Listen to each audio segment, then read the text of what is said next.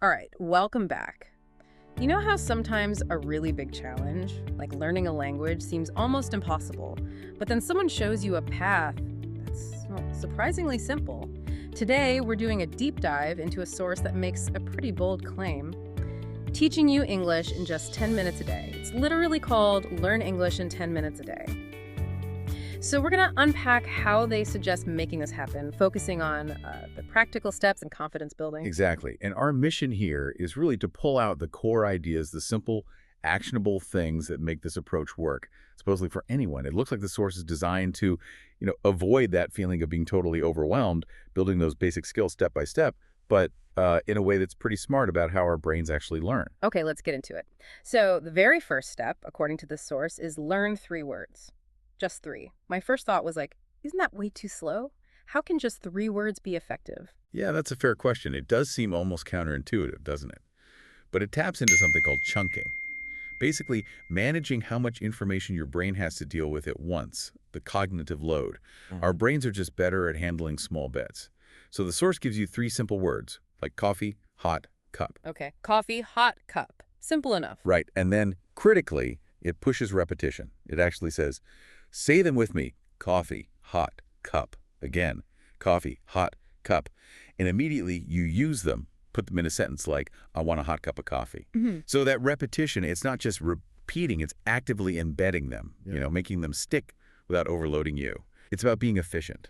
Okay, that makes sense. Efficiency, not just slowness. So after the words, the source goes to listen. It says, listen to a short sentence like the coffee one we just used, I want a hot cup of coffee, and then repeat it. It also suggests like videos, short podcasts, maybe songs.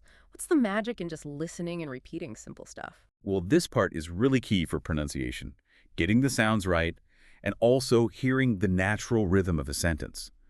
When you actively listen and then mimic it right away, like the source prompts you to, you're building auditory recognition. You're not just hearing it, you're kind of feeling how the words are formed. That physical feedback helps make the sounds feel more natural. It's like muscle memory, but for your mouth. Ah, okay. Muscle memory for speaking. I like that. So we've got the words, we've listened and mimicked the sounds. The next logical step seems to be actually talking, right? Okay. The source calls this speak.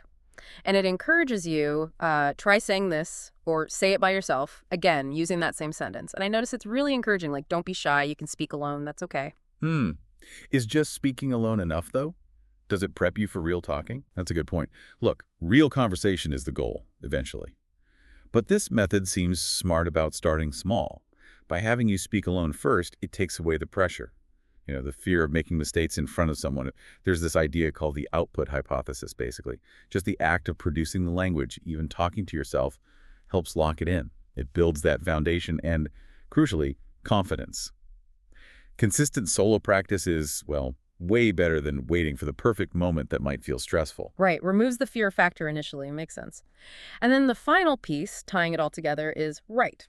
Super simple instruction again. Write one small sentence. Things like, I like coffee, or I drink hot coffee. How does writing fit in? How does that complete this 10-minute loop? Writing brings in another sense, another pathway for memory. When you write, you see the words, obviously, but you're also using your hand, that physical action, kinesthetic memory. So you've got learning the words, hearing them, saying them, and now writing them. It's multisensory. All these different inputs, in just a few minutes, they work together to build a much stronger memory of the language. It helps really cement it. Wow, okay. So just to recap this whole deep dive into the sources method, it's this tight 10-minute routine, learn 3 words, listen to a simple sentence, say that sentence out loud, and then write one small sentence. And the key is every day, only 10 minutes. It really emphasizes that consistency. Absolutely. And that core message, the motivation behind it, is just as important. The source literally says things like, you don't need to be perfect, just practice every day. 10 minutes is better than 0 minutes. Keep going. You are learning. I'm proud of you. It's that encouragement, that focus on small, consistent steps, adding up over time. That's powerful. It really is. A fascinating look at how breaking something down and being consistent can make a huge difference. Very encouraging. Definitely. And it makes you think, doesn't it? This whole little and often thing works so well here for language. Where else could you apply it? What other skill or piece of knowledge could you build just by taking small, consistent steps every single day? What could that look like for you?